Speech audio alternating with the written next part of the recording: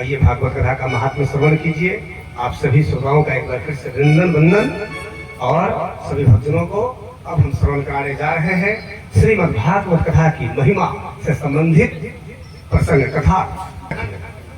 आइए भागवत कथा का महात्मा श्रवण कराने से पहले आपको हम चतुर्वसनों की भागवत श्रवण कराते यहीं से हम कथा प्रारंभ कर रहे हैं महात्मा के साथ। सबसे पहले चतुर्वसनों की भागवत जो संपूर्ण भागवत कहा जाता है, यानी 18,000 श्लोकों का ये भागवत 4 श्लोकों में निहित है। संपूर्ण भागवत का सार तत्व चतुर्वसनों की भागवत। अहमेवा समेवाग्रे अहमेवा समेवाग्रे नान्यदि यत्तद् सत्परम् पश्चादहं यदित्तच्च यो अवशिष्येत सुरसम्यहम्।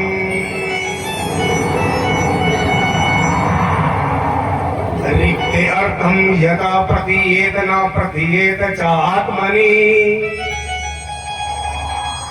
तद्विद्यादात्मनो मायाम् यथा आभासो यथा तमः यथा महान्ति भूतानि भूतेषु च वचस्वनु प्रविष्टान्य प्रविष्टानि तथा तेषु न तेष्वहम्। एतावदेव जिज्ञासुतत्वम् जिज्ञासुर आत्मना अन्वयागतिरेकाभ्याम् यथा स्यात् सर्वत्र सर्वदा।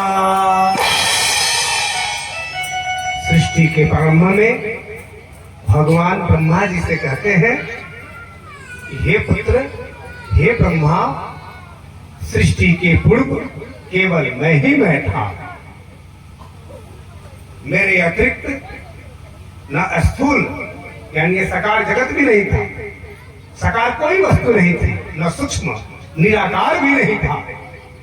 साकार और निराकार दोनों से परे, व्यक्त और अव्यक्त दोनों से परे प्रकृति भी नहीं थी। इन दोनों का कारण अज्ञान यानी प्रकृति भी नहीं थी। जहां यह सृष्टि नहीं है वहां मैं ही मैं हूं, और इस सृष्टि के रूप में जो कुछ भी प्रतीत हो रहा है वह भी केवल मैं ही मैं हूं। और जो कुछ बच रहेगा महाप्रलय होने के बाद वह भी मैं ही मैं हूं। वास्तव में सृष्टि नहीं है, फिर भी मिथ्या हिंदू चरमाओं की तरह प्रतिबिंबित हो रही है। ये न होने पर भी दृश्यमान हो रहा है। वास्तव में न होने पर भी जो कुछ अनिवार्य वस्तु भगवान कहते हैं कि मेरे अतिरिक्त मुझ परमात्मा में ही दो चरमाओं की तरह मिथ्या प्रतीत हो रही है। अथवा विद्यमान होने पर भी आकाश में आकाश मंडल के नक्षत्रों की भांति, आकाश मंडल में के नक्षत्रों में राहु की भांति जो मेरी प्रतीति नहीं होती, इसे मेरी माया समझनी चाहिए। बड़ी रहस्य है इस बात में। भगवान कभी कहते हैं कि ये है ही नहीं, अब फिर कहते हैं कि सृष्टि के रूप में जो कुछ प्रतीत हो रहा है वो मैं ही, अब फिर कहते हैं कि मैं इसमें नहीं हूं, अब फिर कहते हैं कि जो कुछ प्रतीत हो रहा है वो भी मैं ही। तो भगवान उलझी सी वाणी कहते हैं, इसे समझने के लिए महामती बनना पड़ता है। लेकिन मैं आपको 7 दिनों की कथा में बता के जाऊंगा। कहते हैं जैसे प्राणियों के पंचभूत रचित छोटे बड़े शरीरों में पृथ्वी जल अग्नि वायु आकाश 5 महाभूत उन शरीरों के कार्य रूप से निर्मित होने के कारण प्रवेश करते भी हैं, और पहले से इन स्थानों और रूपों में प्रवेश करने के कारण प्रवेश नहीं भी करते। वैसे उन प्राणियों के शरीर की दृष्टि से मैं उनके आत्मा के रूप में प्रवेश किए हुए हूं, और अपने अतिरिक्त आत्मदृष्टि से अपने अतिरिक्त और कोई वस्तु न होने के कारण उनमें प्रविष्ट नहीं भी हूं। परमात्मा कहते मैं किसी में नहीं हूं। तो फिर क्या है, कैसे चल रहा है? भागवत कथा में समझिएगा। कहते हैं यह ब्रह्म नहीं, यह ब्रह्म नहीं।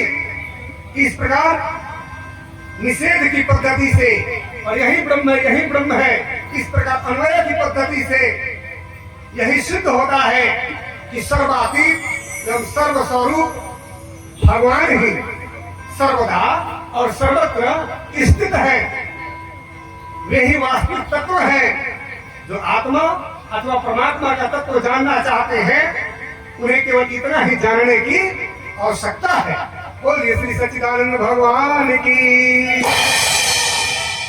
तो इस 4 श्लोकों को 18,000 श्लोकों में पिरोया गया है श्री वेद व्यास जी महाराज के द्वारा।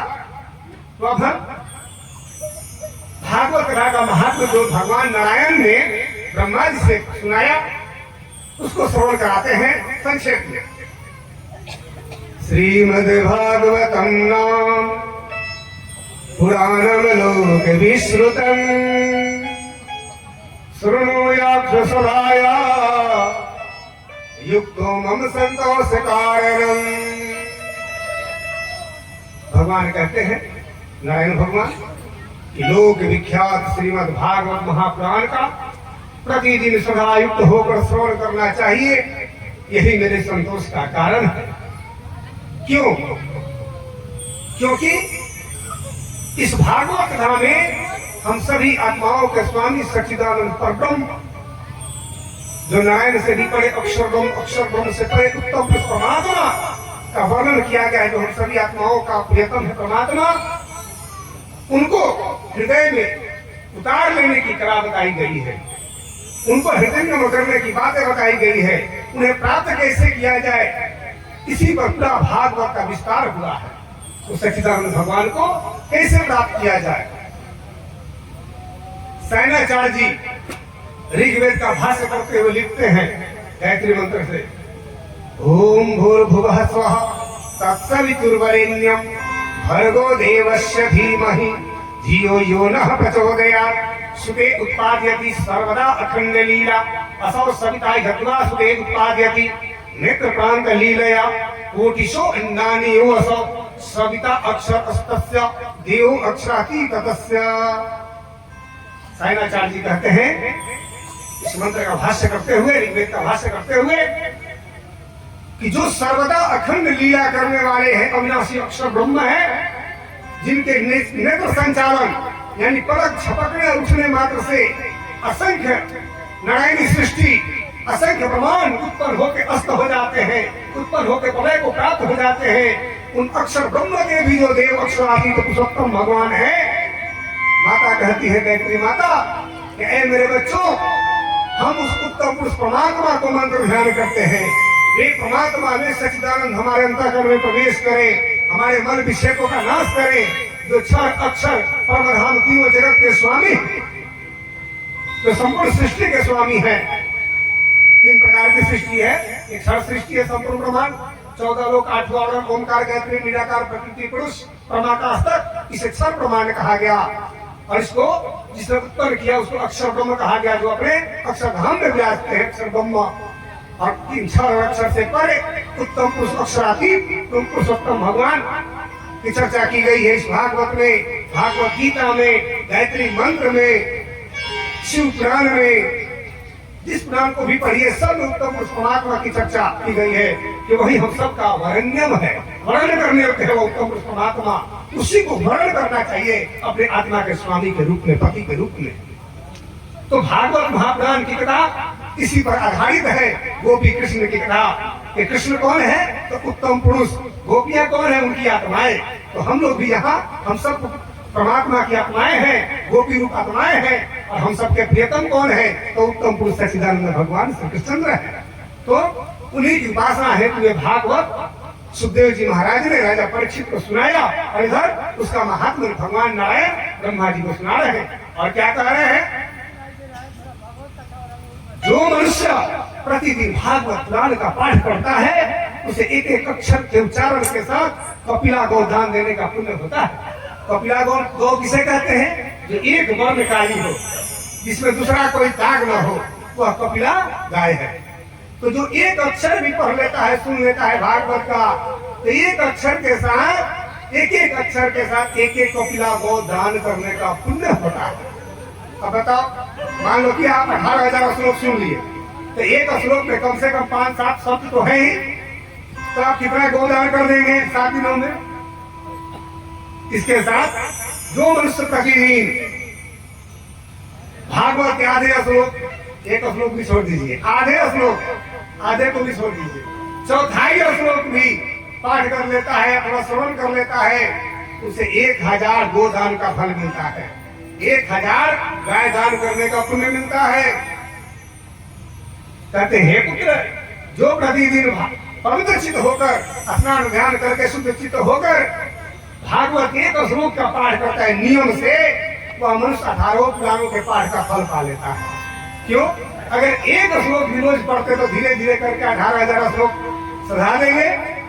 और ये भागवत जो है संपूर्ण धर्म शास्त्रों का निचोड़ ज्ञान है, रस ही रस है, इसमें छिलका और गुठली कभी भी नहीं है। इसलिए कहा कि एक श्लोक भी पाठ कर लो रोज, तो 18 पुराणों के पाठ का फल मिल जाएगा, यानी उस सबका ज्ञान आपको भागवत से ही हो जाएगा।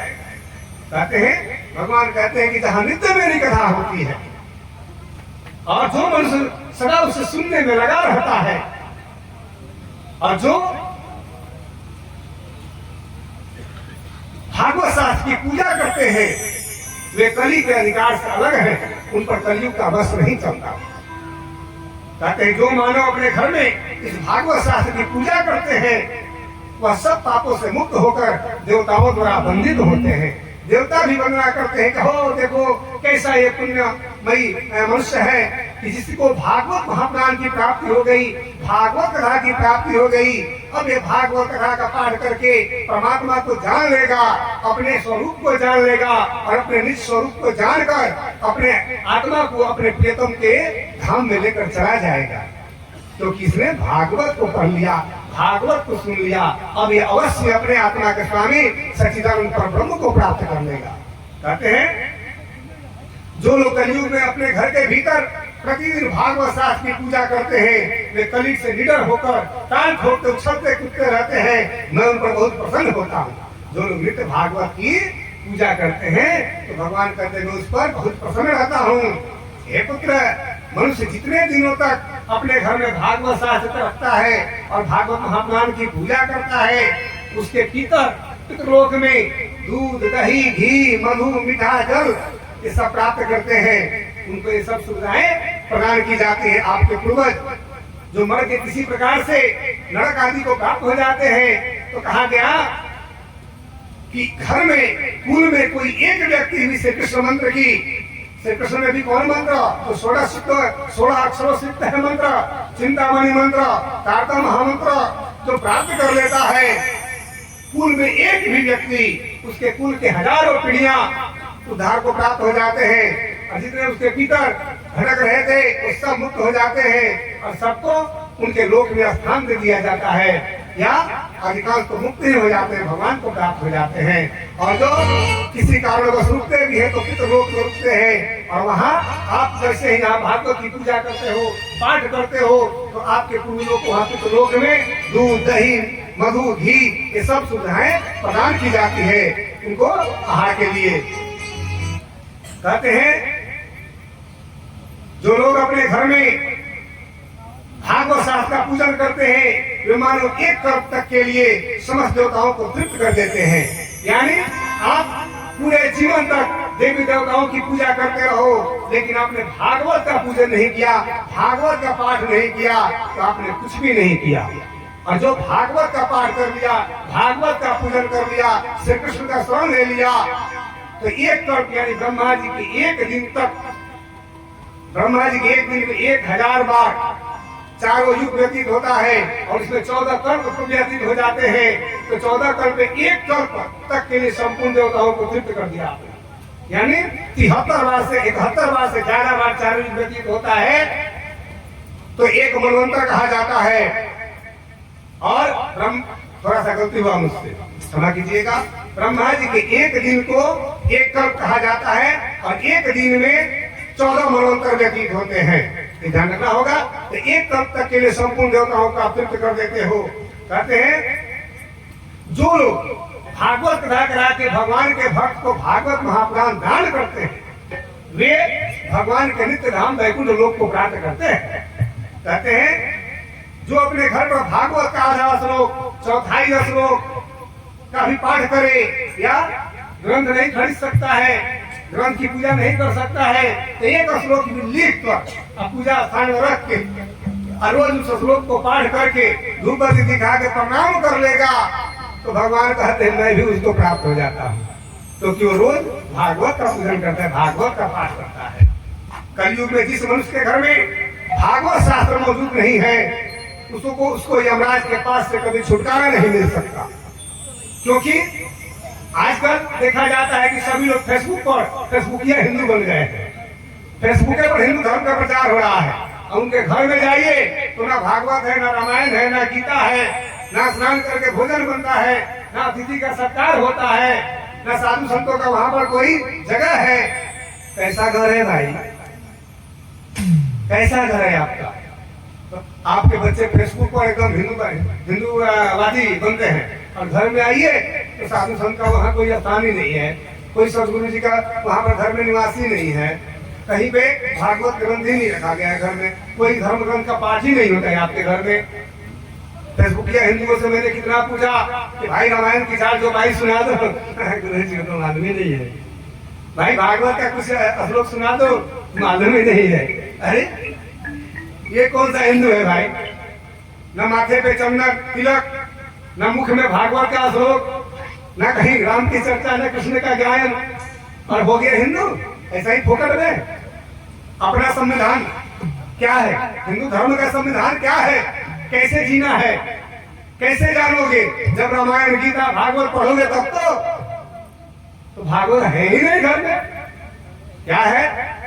तो घर में जितने स्त्री पुरुष हैं सबके हाथ में 20,000, 25,000, 50,000 का मोबाइल है, लेकिन घर में भागवत नहीं है।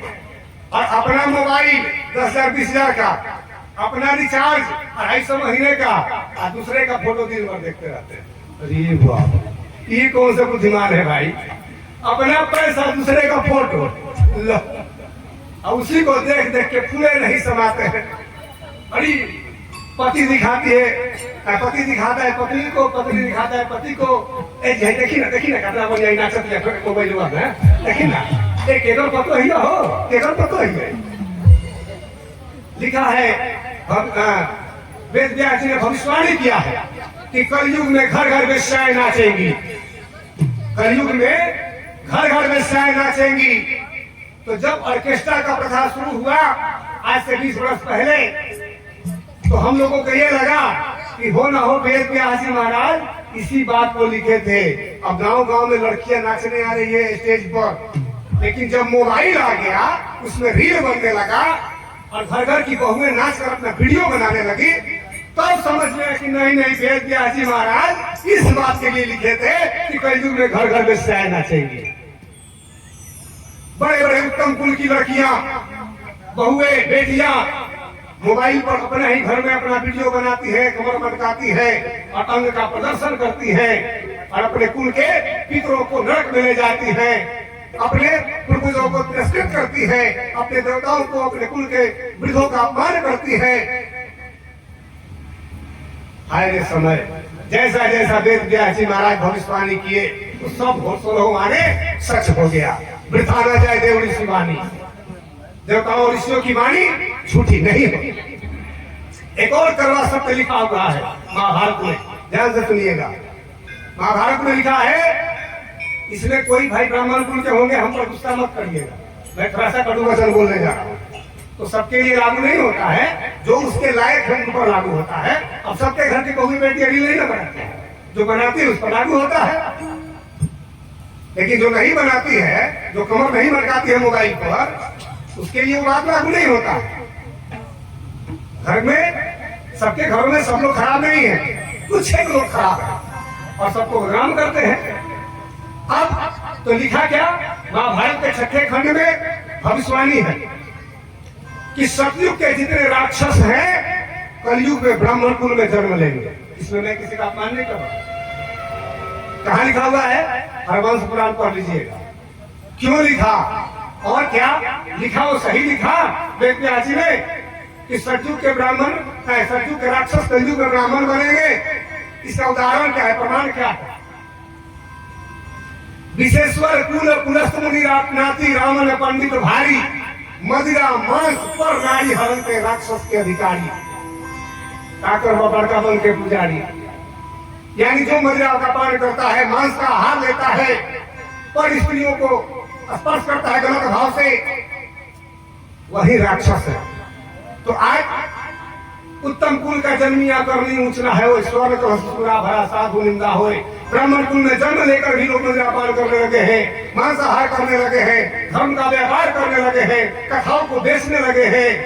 पंडित जी घर में कथा सुनाने आते हैं, इस रूप से की दक्षिणा मिलेगा। कोई निस्वार्थ तो जाए, धर्म जागृति के लिए तो जाए, धर्म के उत्थान के लिए तो जाए। तो ऐसा कार्य बिरले ही करते हैं।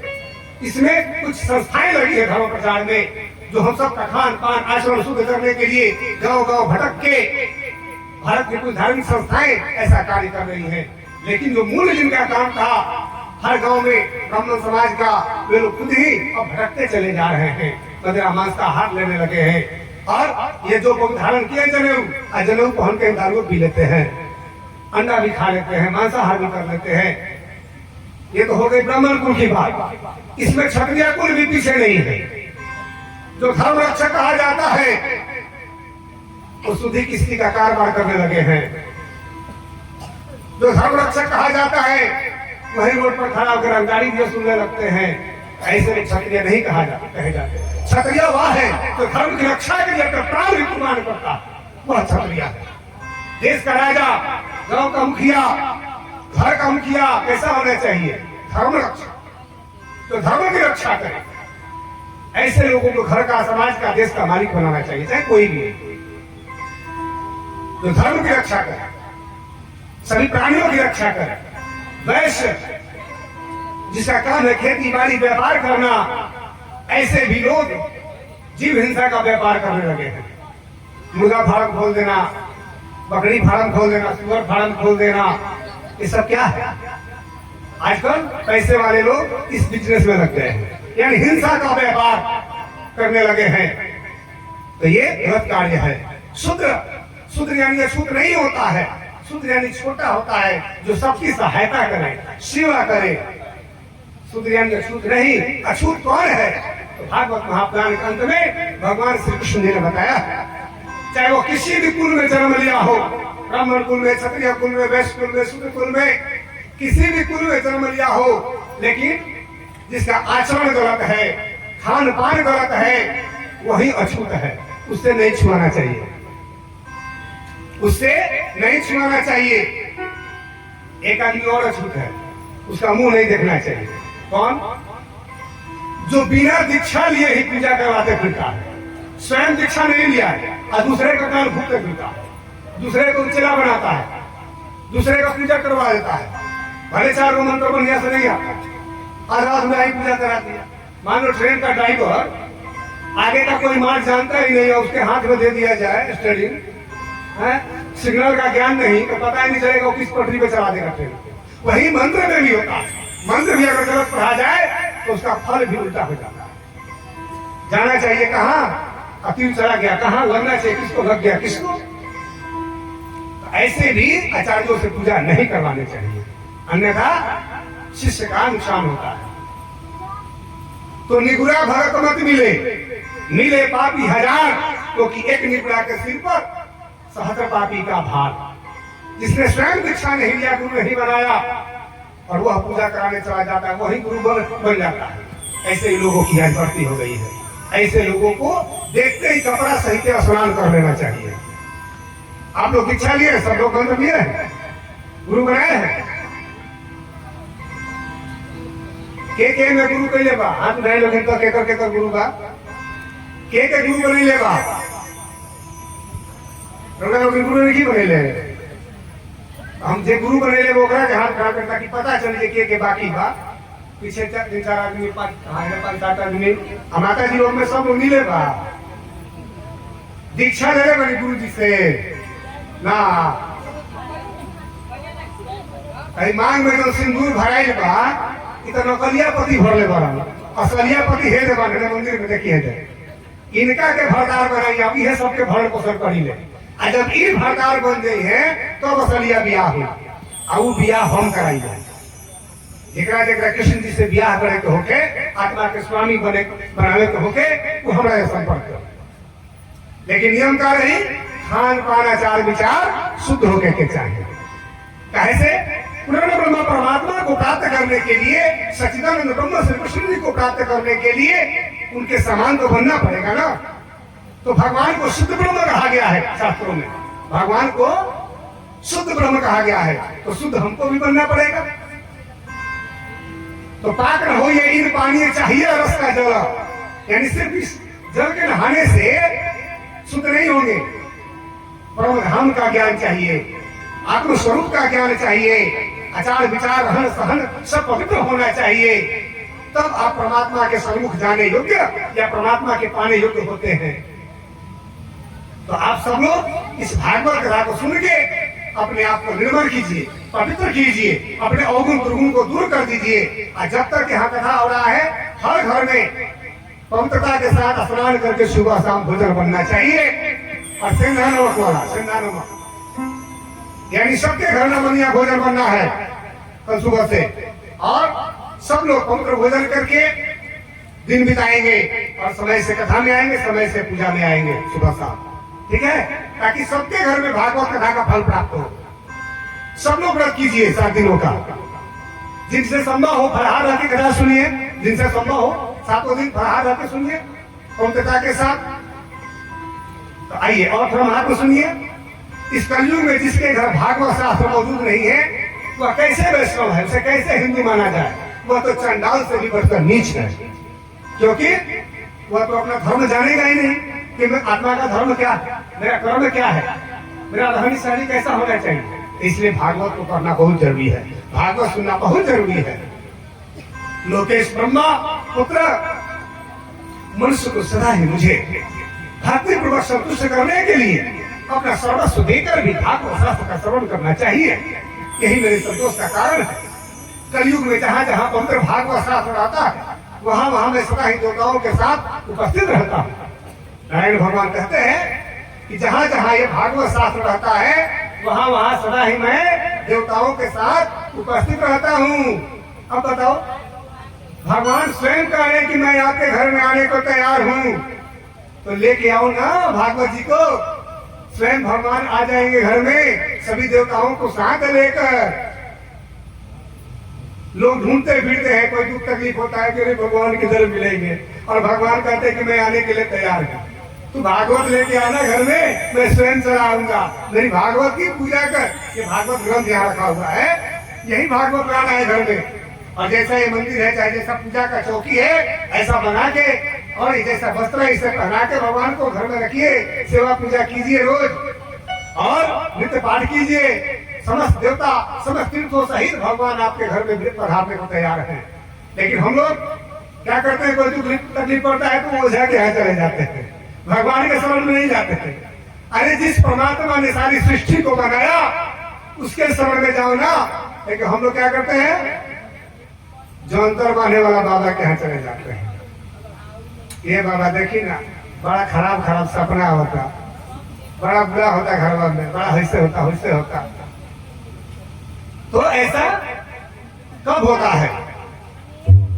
जब आप भगवान से विमुख होते हैं आपसे कोई त्रुटि होती है गलती होती है तो भगवान ही आपको लोक शिक्षा के लिए शिक्षा देने के लिए दंड देने के लिए किसी ना किसी तरह से अपनी ओर आकृष्ट करने के लिए ये सब लीला रचते हैं कि तू मुझ में लग जा लेकिन हम लोग पूर्ण रूप से नहीं लगते हैं कोई त्रुटि करते हैं तो भगवान ये सब लीला रचते हैं कहते हैं यही नहीं वहाँ नदी नद और समस्त तीर्थ वास करते हैं जहाँ भागवत की रोज कथा होती है भागवत की पूजा होती है लोकेश यश धर्म और विजय के लिए पाप क्षय तथा मोक्ष की प्राप्ति के लिए धर्मात्मा मनुष्य को सदा ही मेरे भागवत शास्त्र का श्रवण करना चाहिए। या पावन पुराण श्रीमद् भागवत आयु, आरोग्य और पुष्टि को देने वाला है। जो लोग सदा बीमार रहते हैं, रोगी रहते हैं, उनको नित्य भागवत का पाठ करना चाहिए और परमात्मा से प्रार्थना करना चाहिए कि हे श्याम सुंदर, हे श्री कृष्ण जी, आप द्वापर युग में जब अवतार लिए थे, प्रकट हुए थे, तो आपने हजारों आसुरी शक्तियों का नाश किया, और इस समय जो मुझे रोग रूपी शत्रु परेशान कर रहा है, दुख रूपी शत्रु परेशान कर रहा है, इससे मुझे छुटकारा दे दीजिए। हम आपकी शरण में आए हैं, हमारी रक्षा कीजिए। मृत्यु अटल है, सत्य है, सब हम मृत्यु को देख रहे हैं, फिर भी परमात्मा के नाम की दीक्षा नहीं लेते। जिनके यहाँ जाना, काश की परमात्मा के हो जाते बचपन से ही, और परमात्मा के नाम का रट लगाते, कृष्ण कृष्ण कृष्ण कृष्ण दिन रात कहते, तो कोटि पाप पलक में नासक, एक बार जो करत उचारी, कृष्ण नाम की महिमा भारी। तो परमात्मा में विश्वास लाइए, कृष्ण जी पर विश्वास कीजिए। कहते हैं लोकेश, जो इस परम उत्तम भागवत को न तो सुनते हैं और न सुनकर प्रसन्न नहीं होते हैं, उनके स्वामी सदा यमराज ही है। जो भगवान की लीला कथा नहीं सुनते हैं, उन्हीं को बुढ़ापे में ले जाने के लिए यमदूत आते हैं। लेकिन अब तो बुढ़ापा आता ही नहीं, किसी को जवानी में ही लेकर चले जाते हैं, क्योंकि आचरण जो खराब हो गया, खान पान जो खराब हो गया। तो यमदूत कहते हैं कहाँ इतने दिन तक और तू पाप करते रहेगा, चल तेरे पाप का घड़ा भर गया पहले ही, अब मैं तुझे बुढ़ापा नहीं दिखाऊंगा, जवानी में ही हार्ट अटैक से लेके चला जाऊंगा। तो क्या कहते हैं, ये हम तो काले देखने डर नहीं, उनका क्या हो गई, हार्ट फेल हो गई। यमदूत कहते हैं तेरे पाप का घड़ा पहले ही तू भर लिया, 100 वर्ष आने के पहले ही 50 वर्ष में भर लिया, तो चल। और इस तरह से लोग चले जाते हैं। कहते हैं लोकेश, जो इस परम भागवत को न तो सुनते हैं और न सुनकर प्रसन्न नहीं होते हैं, उनके स्वामी सदा यमराज है। मैं यह सत्य सत्य वचन कहता हूँ। श्वासों का क्या भरोसा, रुक जाए कब कहाँ पर, प्रभु का तू नाम जप ले, यही आसरा यहाँ पर। परमात्मा का नाम जप लो ना, वही आसरा है। भजन बात में होगा, आज कथा का महत्व सुनाना है। और मान लो कि महीने में एक दिन भी आपको काम से समय नहीं मिलता है, तो भगवान कहते हैं कम से कम एकादशी को भागवत सुन ले। और किसी दिन नहीं सुन सकता तो कम से कम एकादशी के दिन तू अन्न जल का त्याग कर, और उस दिन मुझे स्मरण कर। जो एकादशी को विशेषता अन्न जल ग्रहण करता है वह पाप खाता है, जो शिवरात्रि को अन्न जल ग्रहण करता है वो पाप खाता है, जो रामनवमी को अन्न जल ग्रहण करता है वो पाप खाता है। ऐसा मैं नहीं कहता हूँ, भागवत में लिखा हुआ है, ब्रह्मवैवर्त पुराण में लिखा हुआ है। इसलिए और कभी समय नहीं मिलता तो कम से कम एकादशी के दिन भगवान श्री कृष्ण का पूजन करो, व्रत रहो, और उस दिन भर भागवत सुनो। नहीं पढ़े हो तो सुनो, और पढ़े हो तो अपने से पाठ करो। तब कहोगे कि गुरुजी घर में तो भागवत है ही नहीं। तो थोड़ी देर पहले मैंने कहा था कि 1-1 लाख का मोबाइल लेके घर में आज हो गया है। ऐसा लगता है कि बैंक बैलेंस किया जा रहा है मोबाइल का, और मोबाइल पुराना हो जाता है तो क्या मिलता है, 2 नारियल। 20,000 का मोबाइल, और तब तक नारियल वाला आया, अरे मोबाइल ले लो, मोबाइल, नारियल ले लो, नारियल, 2 नारियल। वाह मोबाइल। अब जितना बेचारी रील बनाई थी, अपना वीडियो बनाई थी, नाच गा के, सब 2 नारियल पर दे दी, गया सब 2 नारियल लेके। छोटका मोबाइल वाला को कहता है कि 1 नारियल, क्योंकि इसमें रील नहीं है, वीडियो नहीं है, सिर्फ बात किया है। तो 1 नारियल मिलेगा। और तो भगवान कहते हैं कि जो कम से कम एकादशी को भागवत नहीं सुनता, उससे बढ़कर पापी कोई नहीं है। इसलिए कम से कम एकादशी को व्रत करो, भागवत का पाठ करो, उस दिन उपवास करो। उपवास क्यों किया जाता है? क्योंकि इससे आपकी आंतों की शुद्धि होती है, और वात, पित्त, पीत, कफ तीनों शुद्ध होते हैं। तो जोर जोर का दर्द, कफ का प्रकोप, बुखार आना बार बार, चर्म रोग होना बार बार, ये सब अपने आप ठीक हो जाता है अगर सप्ताह में 1 दिन उपवास किया जाए तो। एक दिन उपवास किया जाए तो जितने शरीर के आपके जहर हैं वो सब कीड़े खा जाते हैं, भूख के कीड़े खा जाते हैं। तो इसलिए एक दिन उपवास करो, कुछ भी मत खाओ, ताकि बीमारी को कीड़े खा जाए। तो आप बिना भूख लगे भी खा लेते हैं, तो बीमार कैसे होगा? होगा कि नहीं? होगा ही होगा। भूख नहीं है फिर भी किसी के दरवाजे गए, वो कहता है कि परीक्षा बिस्कुट खा ना लिए, तो देखी ना होते तो पी ले, लेकिन गैल बड़ी तो कैसे माना करी थी पी ले। कैसा पेटू है जी? कितने लोग तो इसीलिए दिन भर घूमते हैं, जितने जगह जाएंगे वहां चाहे बिस्किट मिल जाएगा, नाश्ता मिलेगा, फल मिलेगा, मिठाई मिलेगा। यानी ये पेट पोषु लोग हैं। कहते हैं मनुष्य के लिए संपूर्ण पुण्य श्रमों की यात्रा वैसा पुण्य कारक नहीं है, संपूर्ण तीर्थों में स्नान करना भी वैसा पवित्र कारक नहीं है जैसा कि श्रीमद् भागवत की कथा। इसलिए भागवत सुनिए। चतुर्मुख जहाँ जहाँ भागवत की कथा होती है वहां मैं उसी प्रकार जाता हूँ जैसे पुत्र वत्सला गौ अपने बछड़े के पीछे पीछे जाती है। आइए तो भजन सुनते हैं, आप लोग भी भजन गाएंगे और कन्हैया को बुलाएंगे। राधे राधे जब चले आएंगे बिहारी,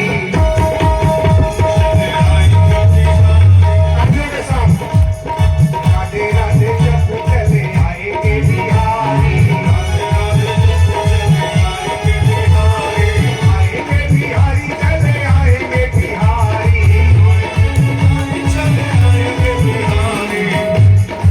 जिनके जिनके दो हाथ हैं ताली जरूर बजाएंगे, एक हाथ वाले को नहीं बजा पाएंगे क्योंकि ऐसे ऐसे कैसे बजेगा, लेकिन जिनका दो हाथ है जरूर बजाएंगे। राधे राधे जब वो चले आएंगे बिहारी, आएंगे बिहारी चले आएंगे बिहारी, राधे राधे राधे जब वो चले आएंगे बिहारी,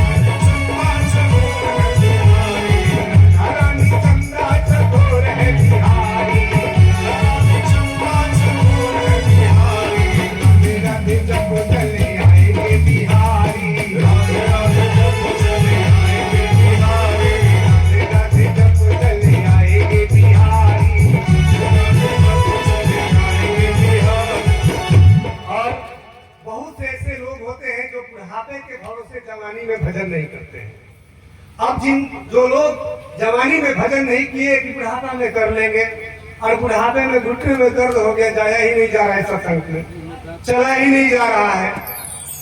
और व्यास जी हमारे क्या करे पता है कि मुंह में जब दांत टूट जाई, यानी आगे के चौखट जब गिर गई बा, फंस गई बा, टूट गई बा चौखट, आई सदर गेट, अब कहे के राधा तो कहिए लाधा, कहे के राम तो कहिए आम। बताइए भजन होता सही स्लिप कर जाता। तो ऐसे बुढ़ापा के भरोसे ना, जवानी में सब हो। जब बाल बच्चा जवानी में पैदा होता तो भजन भी जवानी में हो, बुढ़ापा में कोनो काम ना हो। ऐसे कि बुढ़ापा में सब कुछ फेल, तो ऐसे सब काम जवानी में करे के बाद, धन कमाए के बाद जवानी में, माई बाप के सेवा भी करे के बाद जवानी में, समाज के काम भी करे के बाद जवानी में, यज्ञ पूजा पाठ व्रत उपवास भी करे के बाद जवानी में, बेटा बहू के सुख भी प्राप्त करे के बाद जवानी में, अब भगवान के भजन भी करे के बाद जवानी में, अपना आत्मा के गति भी करा ले के बाद जवानी में। तो बुढ़ापा के भरोसे पहले लोग कहे के राम तो कहा आम, कहे के राधा तो लाधा, उनका से कहा बेचारी के चौकट से गिर गई बस कहा उससे राधे राधे जब तो चले आएंगे बिहारी बिहारी बिहारी चले आएंगे बिहारी बिहारी चले आएंगे बिहारी राधे राधे चले आएंगे बिहारी राधे राधे जब तो चले आएंगे बिहारी राधा मिश्री तो स्वाद है बिहारी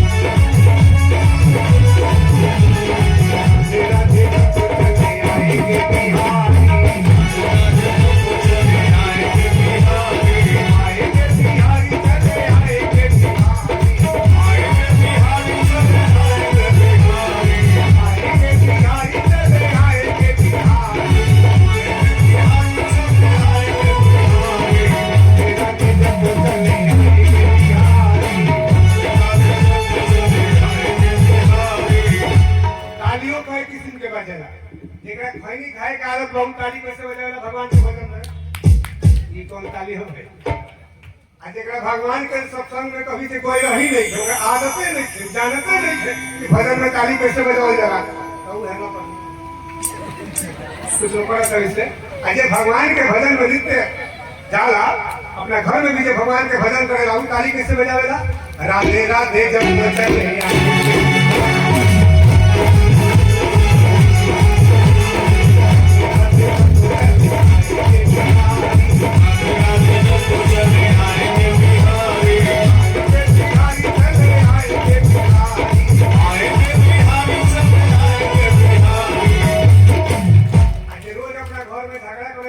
कैसे बजाना भगवान के भजन में राधे राधे सब चले आएंगे बिहारी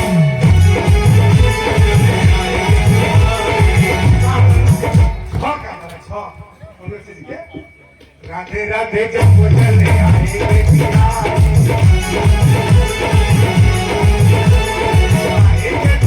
चले आएंगे बिहारी आएंगे बिहारी सब आएंगे बिहारी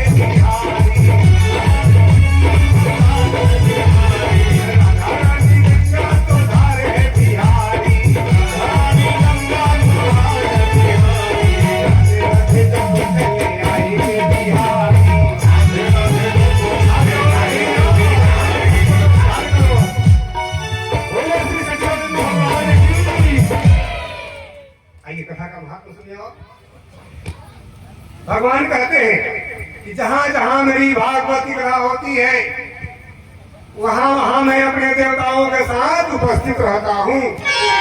और भगवान कहते हैं कि जो मेरी कथा कहता है तथा जो उसे सुनने में लगा रहता है तथा जो मेरी कथा से मन ही मन प्रसन्न होता है। हमारे जजमान लोग की ध्यान ना देना रहता, देखिए यहाँ के चाचा ध्यान देंगे कथा पर जब बैठल जाला तब वस्त्र इत्यादि दान दक्षिणा दे के गुरु जी से प्रार्थना करके कथा सुने के आग्रह कर जाला। और अब चाचा जी विधि पूरा कर लिए देखिए अमेरिका राज्य काम रोजा लोग रोज करे कथा सुने जब आए दान दक्षिणा पुष्प इत्यादि भगवान के सेवा पूजा के सब सामग्री लेके समर्पित करके तब कथा श्रवण करे बैठे के बाद। ठीक भगवान कहते हैं कि जो मेरी कथा कहता है तथा जो उसे सुनने में सदा लगा रहता है तथा जो मेरी कथा से मन ही मन प्रसन्न होता है उस मनुष्य का मैं कभी त्याग नहीं करता। ये भगवान की अटूट वाणी है। तो भगवान में एक बार प्रेम करके तो देखो, एक बार विश्वास ला के तो देखो। भगवान हमेशा साथ रहते हैं अपने भक्त के साथ, ये मेरा अटल विश्वास है। क्योंकि मेरे साथ हकीकत में एक घटना कई वर्षों से घट रहा है। जब वह घटना घटता है तब मैं अपने प्रियतम श्री कृष्ण जी को पुकारता हूं, क्योंकि उस घटना से मुझे दूसरा कोई बचाने वाला दिखता ही नहीं उनके सिवा, और बचा भी नहीं सकता है। और जैसे ही मैं 1 मिनट श्री कृष्ण जी का स्मरण करता हूं, वो घटना हमारी टल जाती है। अब बताओ, उससे बड़ा सच्चा प्रियतम कौन होगा जो एक क्षण भी देर नहीं करता है। 2 महीने पहले फिर एक घटना घटी थी मेरे साथ। उस समय में बहुत हताश निराश हो गया, क्योंकि मुझे चारों तरफ अपने सिवा कोई नहीं दिख रहा था, अंधकार ही अंधकार। ये मैं सत्य घटना बता रहा हूं। एक दिन ऐसी परिस्थिति आई, ऐसा लगा कि अब तो न जाने क्या होगा मेरे साथ। उस समय मेरे नेत्रों से अश्रुधार बह चले, बिछावन पर लेटे लेटे, और मैंने श्री कृष्ण जी को पुकारा। 1 मिनट भी नहीं लगा भगवान को आने में, और मुझे उस दिन पूरा का पूरा अनुभूति हुआ कि भगवान कैसे प्रवेश करते हैं शरीर में और कैसे आपका दुख दूर करते हैं एक क्षण। ये 2 महीने पहले की घटना है मेरे साथ। तो अटूट विश्वास पैदा करो अपने में, जिसमें एक रत्ती मात्र का भी संदेह न हो। और देखो, परमात्मा एकदम आपके पास होते हैं। जैसा कि मैंने नियम बताया, खान पान रहन सहन शुद्ध कर दो, और दिन रात कृष्ण कृष्ण कृष्ण कहा करो। सोवत जागत ध्यान तुम्हारो, कृष्ण किया तुम्हें कहाँ पुकारो। शिव पुराण में लिखा है कि जो सोते जगते उठते बैठते चलते फिरते नींद में करवट लेते खराटा मारते कृष्ण कृष्ण कहता है, उसे मैं एक क्षण भी नहीं छोड़ता हूँ। कृष्ण जी एक क्षण भी नहीं छोड़ते हैं। इस शिव पुराण में भी लिखा, भागवत में तो लिखा ही है बार बार, लेकिन शिव पुराण में भी कहा गया है कि कृष्ण नाम जो है वो बड़ी ही मंगलमय नाम है कृष्ण नाम। इसलिए सभी लोग कृष्ण नाम की दीक्षा लो, उनका मंत्र लो, उनका भक्त बनो, और सुबह जाकर कृष्ण कृष्ण कहा करो। चमत्कार हो जाएगा, जीवन में बहार आ जाएगी। जो उदासी है वो छट जाएगी, जो निराशा है वो छट जाएगा, और निराशा की जगह आशा उम्मीद की किरण जग जाएगी। कहते हैं जो परम पुण्य में श्रीमद् भागवत शास्त्र को देखकर अपने आसन से उठकर खड़ा नहीं हो जाता, उसका 1 वर्ष का पुण्य नष्ट हो जाता है। इसलिए जब भागवत जी महाराज को सिर पर धारण करके हमारे दोनों शिष्य ले आ रहे थे, तब उस समय हमने सब लोग से आग्रह किया था कि आसन छोड़ के खड़े हो जाइए। सब लोग खड़े हो गए भगवान के स्वागत में।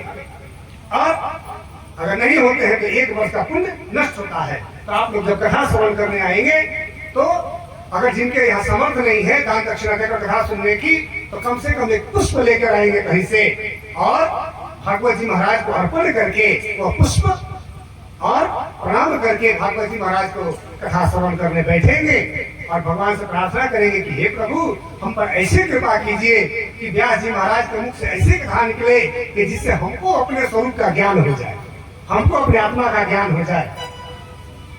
जो श्रीमद् भागवत पुराण को देखकर खड़ा होने, प्रणाम करने आदि का उनका सम्मान करता है, उस मनुष्य को देखकर मुझे अनुपम आनंद की प्राप्ति होती है, ऐसा भगवान कहते हैं। जो श्रीमद् भागवत को दूर से ही देखकर उसके सम्मुख जाता है, जैसे कोई मान लो कि दूसरे गांव का व्यक्ति भी सुन लिया कि अरे तकिया गांव में भागवत कथा हो रहा है, भेदी बाजार के पास भागवत हो रहा है, मुझे वहां जाना है, मुझे वहां जाना है कथा सुनने, तो जितना पग चढ़ के आता है, एक एक पग पर अश्वमेध यज्ञ को प्राप्त करता है, फल को प्राप्त करता है, क्योंकि ये स्वयं परब्रह्म की लीला श्रवण करने जा रहा है। जो मानव खड़ा होकर श्रीमद् भागवत को प्रणाम करता है, उसे मैं धन, स्त्री, पुत्र और अपनी भक्ति प्रदान करता है। इसका जीता जागता उदाहरण भी मैं हूं, क्योंकि हमारे यहाँ भी आज से 20 वर्ष पहले, 25 वर्ष पहले बड़ी स्थिति खराब थी हर तरह से, क्योंकि मैं भी किसी एक किसान का बेटा हूं। अर्थव्यवस्था किसान की अच्छी नहीं होती है, किसी तरह से वो अपने बच्चों को पालता है, पोषण करता है। लेकिन जैसे ही हम लोग भागवत में प्रवेश किए, भागवत का पाठ शुरू किए, पता ही नहीं चला कैसे कहां से कहां समय बदल गया। और घर में हम लोगों ने जो कुछ भगवान से इच्छा नहीं किया था वो भी हो गया, जो इच्छा किया वो भी हुआ। तो ऐसा है भागवत महाराज का चमत्कार। यानी भगवान आपको सांसारिक सुख भी देते हैं और पारलौकिक सुख भी देते हैं, दोनों देते हैं। यानी जो अपने गृहस्थ धर्म का पालन करते हुए, और जो साधु महात्मा है वो संन्यास धर्म का पालन करते हुए अपना इलोक और परलोक दोनों ठीक करना चाहते हैं, उन्हें भागवत का सहारा लेना होगा। और जो लोग दीक्षा ले चुके हैं कृष्ण मंत्र का, उन्हें तो भागवत रोज पढ़ना ही पढ़ना है, ये नियम है।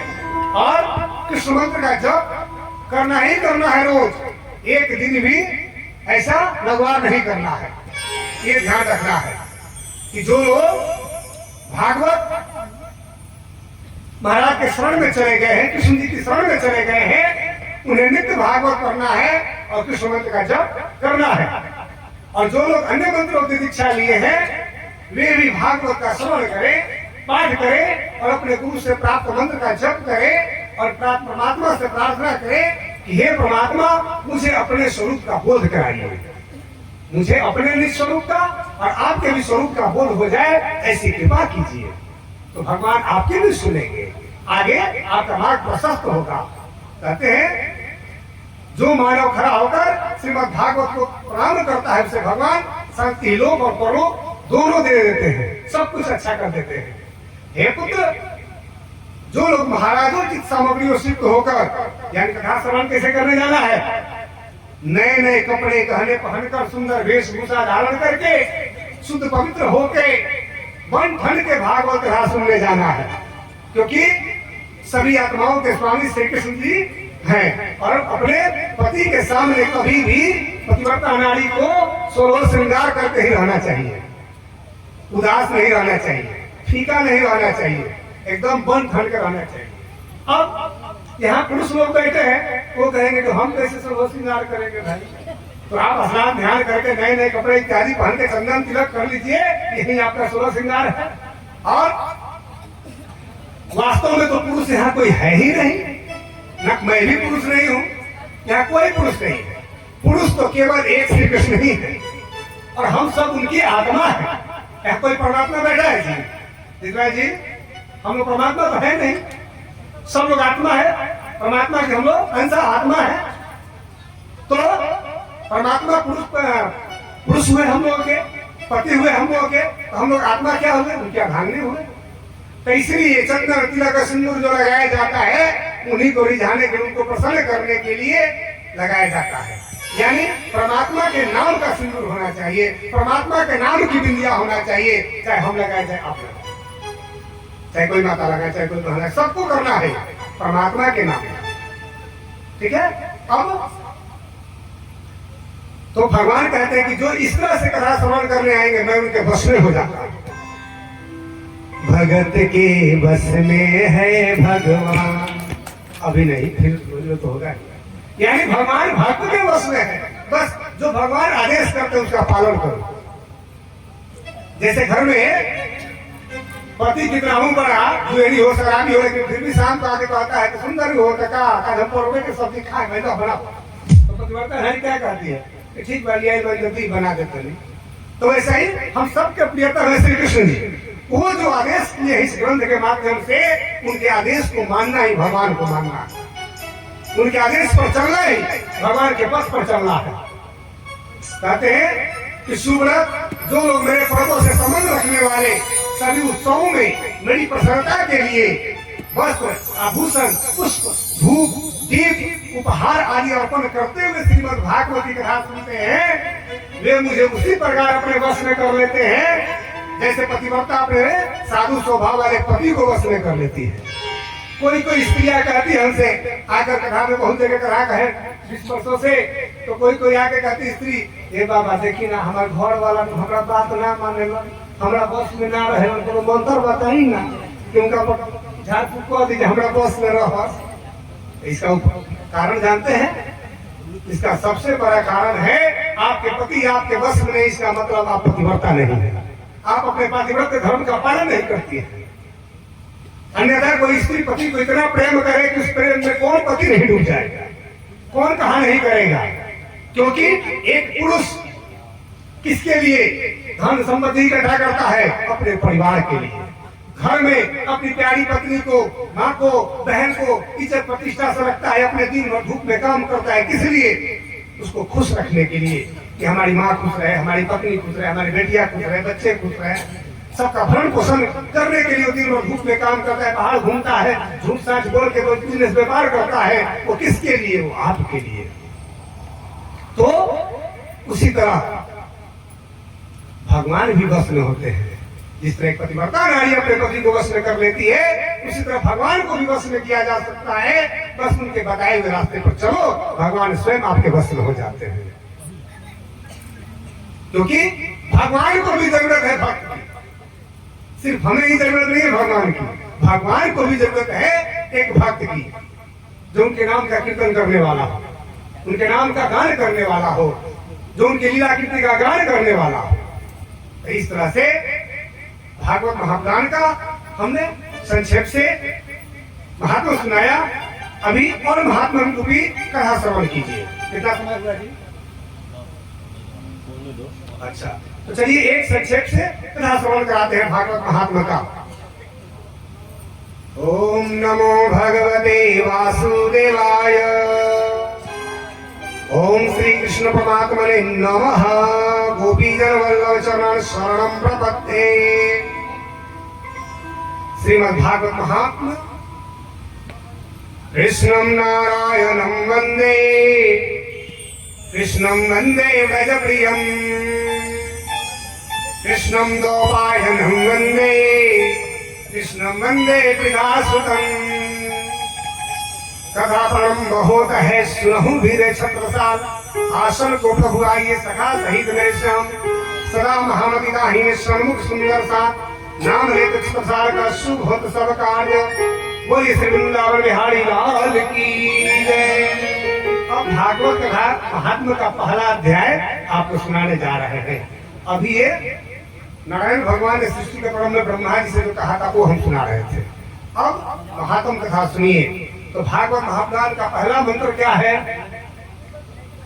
एक तरह से देखा जाए तो इसी मंत्र में पूरा भागवत हो जाता है। सच्चिदानंद रूपाय विश्वोत्पत्त्यादि हेतवे तापत्रय विनाशाय श्री कृष्णाय वयं नमः। सच्चिदानंद भगवान श्री कृष्ण को हम नमस्कार करते हैं, प्रणाम करते हैं, जो जगत की उत्पत्ति, स्थिति और प्रलय के हेतु हैं तथा आध्यात्मिक, अधिदैविक और अधिभौतिक तीनों प्रकार के तापों के नाश करने वाले। ये तीनों ताप है, इसका विस्तार से वर्णन करेंगे कथा के माध्यम से कैसे, और इन तीनों तापों से उपरत कैसे होना है, निकलना कैसे है, ये भी बताएंगे भागवत कथा में। आइए श्रवण करें भागवत कथा का महात्मा। जिस समय श्री सुखदेव जी महाराज का जो कोई संस्कार भी नहीं हुआ था तथा लौकिक वैदिक कर्मों का अनुष्ठान का अवसर भी नहीं आया था, तभी उन्हें अकेले ही संन्यास लेने के लिए घर से जाते देखकर उनके पिताजी गृह से कातर होकर पुकारने लगे, बेटा बेटा। उस समय वृक्षों ने तन्मय होने के कारण श्री सुखदेव जी की ओर से उत्तर दिया, ऐसे सर्वभूत हृदय सर्व श्री सुखदेव मुनि को हम नमस्कार करते हैं। हे वेद जी महाराज, आप किसको बेटा कह रहे हो? अरे ये तो अवधूत है, अवधूत।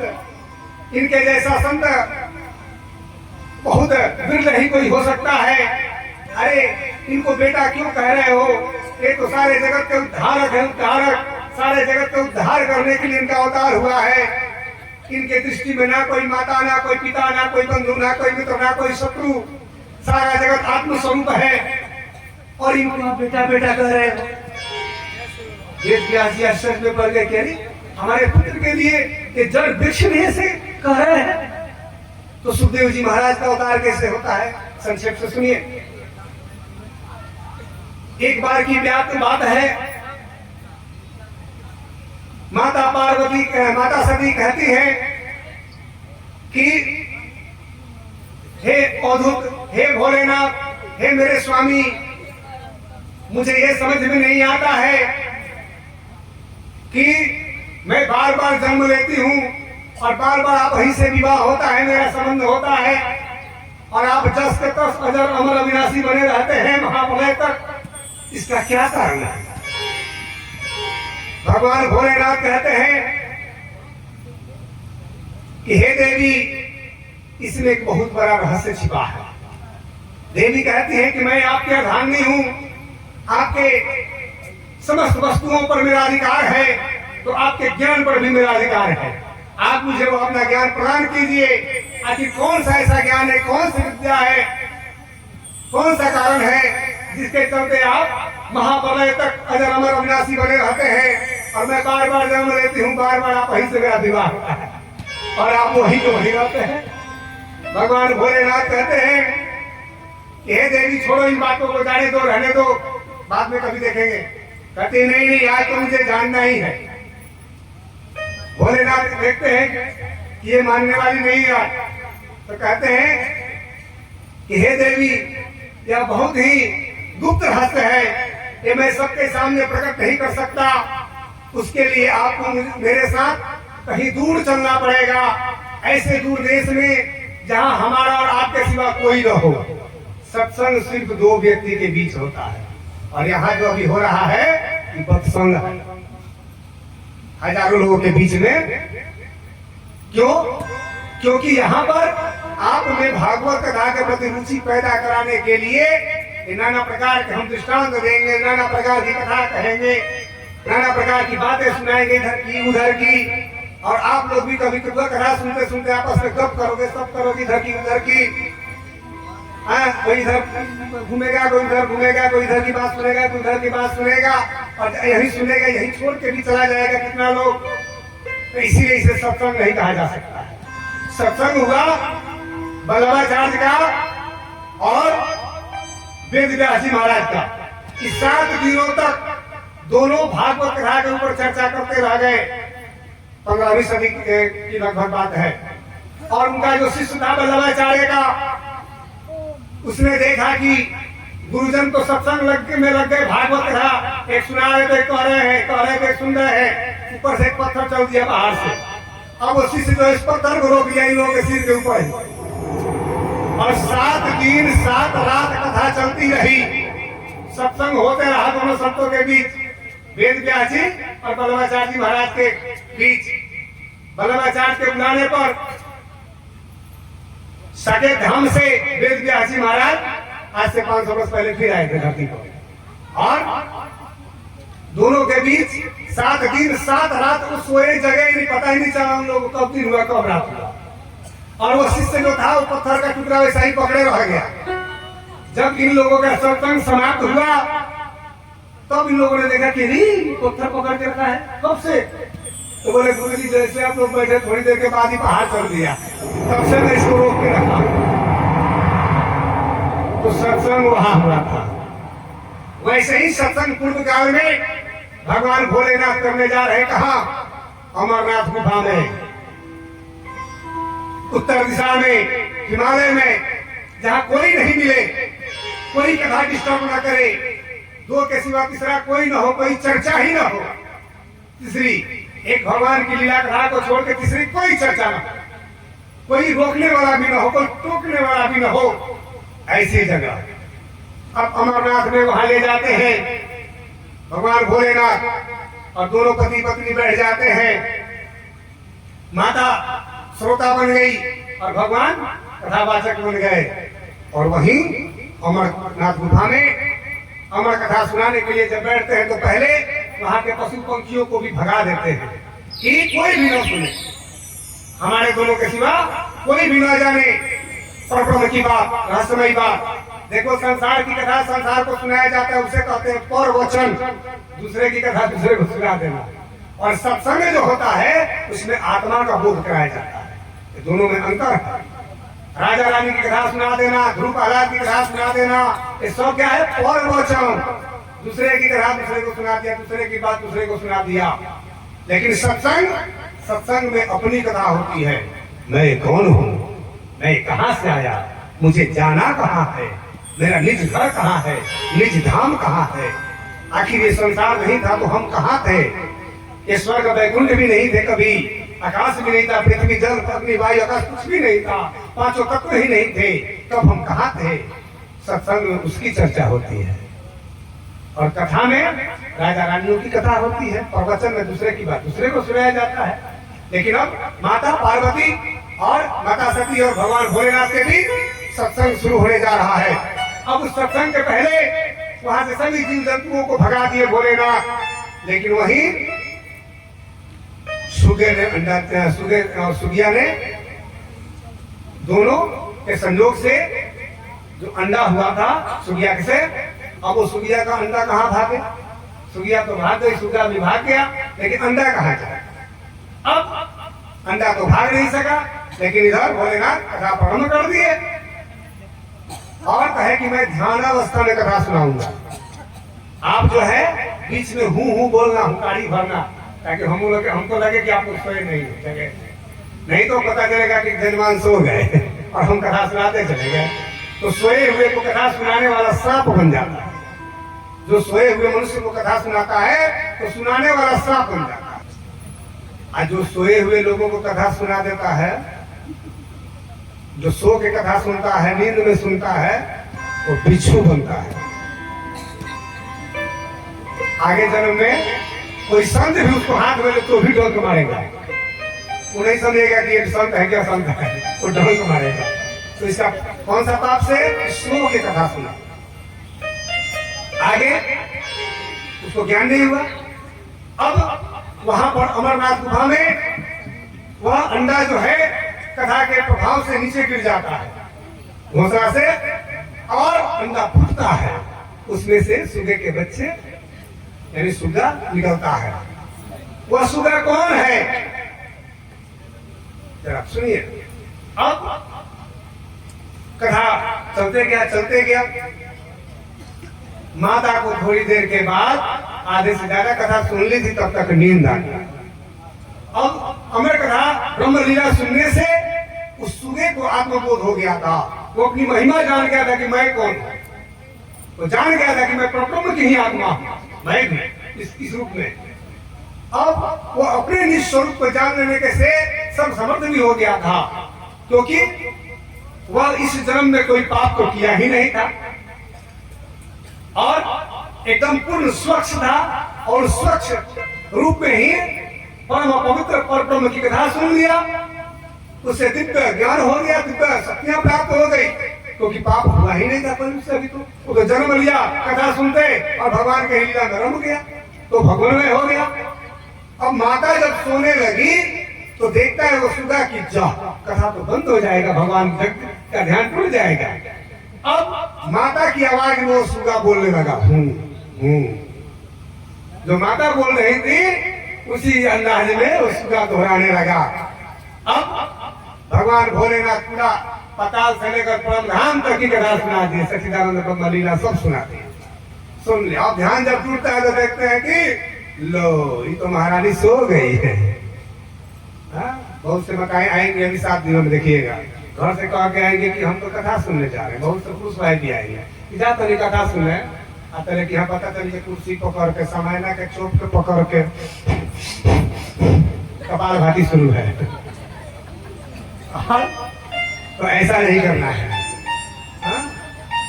नहीं तो सास के गोल दबाव के डरे मामा जी जाते हम कथा सुन के आ रहे आते कि यहाँ समयना के चोप पकड़ के फोक कटाता, ऐसे नहीं करेंगे।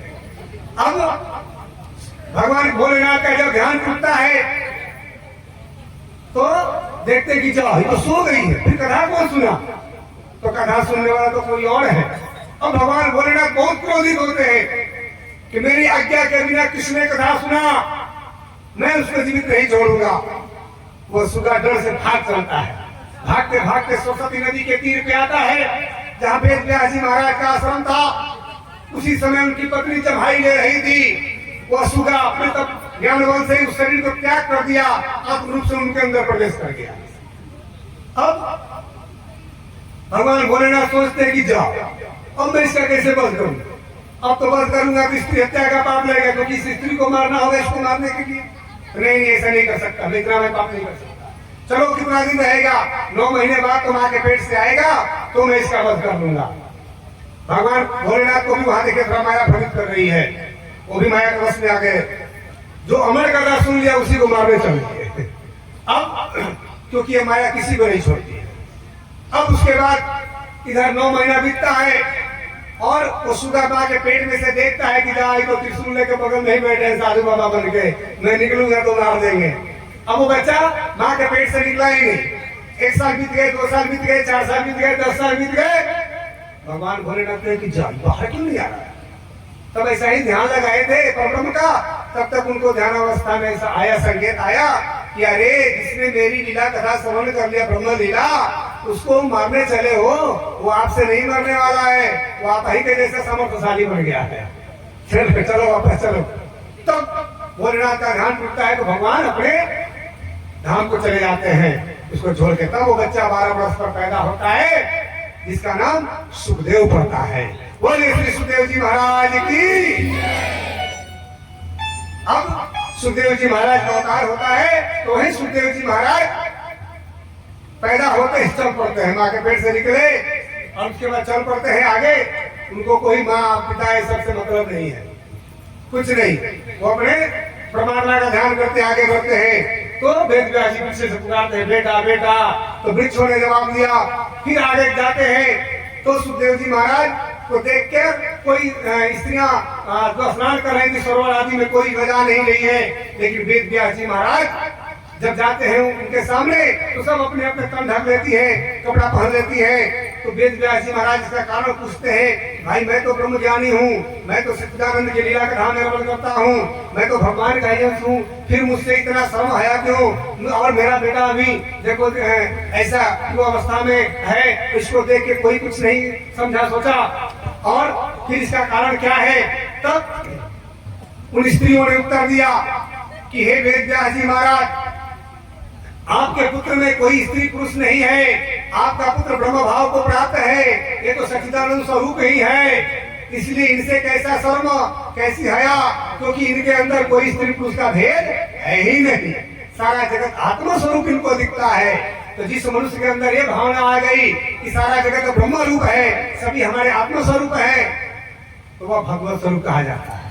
कि जिसकी बुद्धि में समता आ गई, जिसकी बुद्धि में पवित्रता आ गई कि सारा जगत ही कृष्ण रूप है, सारे जगत को ही जो कृष्ण रूप में देखने लगा वही संत हो गया, वही भक्त हो गया, वही दृष्टि बदली तो सृष्टि बदल गई। यानी दृष्टि बदल ली, अपना भाव बदलना है। जिसको आज तक हम स्त्री के रूप में देख रहे थे, आज से हम उसको भगवान की आत्मा के रूप में देखेंगे। जिसको आज तक हम पुरुष रूप में देख रहे थे, आज से हम भगवान की आत्मा के रूप में देखेंगे। तो स्त्री पुरुष का भेदभाव मिट गया। तो जैसे स्त्री पुरुष का भेदभाव मिटा, वैसे ही विचारों की शुद्धि हो गई, मन निर्मल हो गया, विचार शुद्ध हो गए, पवित्र हो गए। तो इस तरह से सुखदेव जी महाराज की जन्मों की कथा संक्षेप से हम सुनाए आपको। अब आगे सुनिए, आगे थोड़ी सी कथा। एक बार की बात है, देवर्षि नारद जी महाराज बहुत दिनों से पृथ्वी लोक पर नहीं आए थे। अब पृथ्वी लोक पर नहीं आए थे, सोचे कि चलो भगवान श्री कृष्ण धराधाम को छोड़कर चले गए, उनके जाने के बाद पृथ्वी पर कैसा मनुष्यों का जीवन है जरा देख कर आते हैं, जरा देख कर आते हैं। अब नारद जी महाराज आ गए यहाँ पर धरती पर भूतल पर। अब यहाँ नारद जी महाराज सबसे पहले तीर्थों में गए, तीर्थों में जा जाकर भ्रमण करने लगे। तो नारद जी महाराज क्या देखते कि इन तीर्थों पर तो अधर्मियों का शासन हो गया है, विधर्मियों का शासन हो गया है। जो साधु संत कहे जाते हैं वो तो पाखंडी हो गए हैं, ये सब स्त्री और धन के लिए बेचैन है। जो ब्राह्मण कहे जाते हैं, जो वेद पाठ करने वाले हैं, ये भी कुमार गामी हो गए हैं। इनमें अब वेद पाठ करने की कुशलता नहीं रह गई है, ये बच्चे पैदा करने में ज्यादा कुशल प्रवीण हो गए हैं। और देखो तो सही, ये सब उत्तम कुल में जन्म लेने वाले भी निम्न कर्म करने में लग गए हैं। अरे ऐसा लगता है कि घोर कलयुग आ गया है, जो सभी लोग अपने अपने कर्म धर्म को छोड़ के और कुछ भी किए जा रहे हैं, कुछ भी कर रहे हैं। अब इसके बाद नारद जी और देखते हैं कि दुष्टों ने बहुत से देवालय भी नष्ट कर दिए हैं और तीर्थों पर विधर्मियों का शासन हो गया है। अब नारद जी थोड़ा गांव की ओर गए, गांव नगर देखने चलते हैं क्या? गांव के लोग का क्या हाल चाल है? अब जब नाना प्रकार के गांव में जाते हैं तो देखते हैं कि गांव में भी लोग अपने अपने धर्म का पालन ठीक से नहीं कर रहे हैं। देखो ना कि कलयुग के यदुवंशी कैसे हो गए हैं कि जो अमृत रूपी दूध जो है होटल में बेच देते हैं और उसी पैसे का मदिरा पी के घर चले जाते हैं और पत्नी बच्चे से झगड़ा कर लेते हैं। हो रहा है ना जी? अपना अमृत दूसरे को लेके आते हैं और दूसरे का जहर अपने में डाल लेते हैं। हाय रे यदुवंशी। और इनकी भी छोड़िए,